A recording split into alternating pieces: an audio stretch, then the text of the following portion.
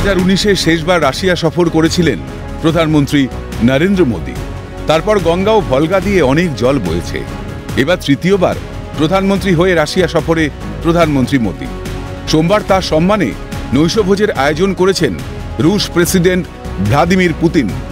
দিল্লি বিমানবন্দর থেকে এয়ার ইন্ডিয়ার বিশেষ বিমানে ভারত ছাড়ার আগে প্রধানমন্ত্রীর বিবৃতি, 22তম বার্ষিক শীর্ষ সম্মেলনের জন্য রাশিয়ান ফেডারেশনের উদ্দেশ্যে একটি সরকারি সফর শুরু করলাম। আগামী 3 দিনের মধ্যে অস্ট্রিয়া প্রজাতন্ত্রেও আমার প্রথম সফর। শক্তি, নিরাপত্তা, বাণিজ্য, বিনিয়োগ, স্বাস্থ্য, শিক্ষা, সংস্কৃতি, পর্যটন এবং জনগণের মধ্যে আদান প্রদানের ক্ষেত্রে ভারত ও রাশিয়ার মধ্যে বিশেষ এবং কৌশলগত অংশীদারিত্ব গত 10 বছরে এগিয়েছে। আমি আমার বন্ধু রাষ্ট্রপতি ভ্লাদিমির পুতিনের সাথে দ্বিপাক্ষিক সহযোগিতার সমস্ত দিক পর্যালোচনা করব এবং আঞ্চলিক স্থিতি ও শান্তির পক্ষে সওয়াল করব।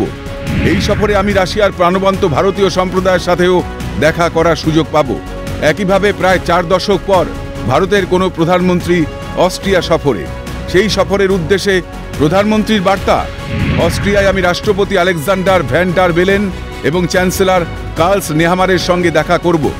অস্ট্রিয়া এবং ভারত গণতন্ত্র এবং বহুত্ববাদে বিশ্বাসী। 2 দেশ নির্ভরযোগ্য অংশীদারিত্বের ভাগিদার হব।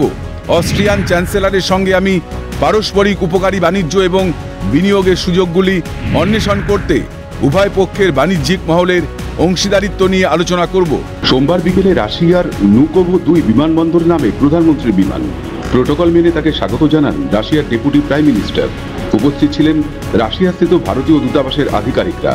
রেড কার্পেটে ভারতের প্রধানমন্ত্রীর সফরকে সম্মান জানাতে গার্ড অফ অনার রুশ সেনার।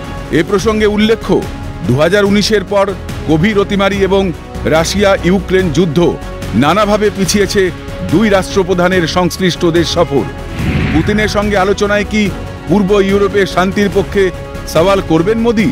এই প্রশ্ন উঠছে। ইন্দ্রাণী দাশগুপ্তের রিপোর্ট, ক্যালকাটা নিউজ।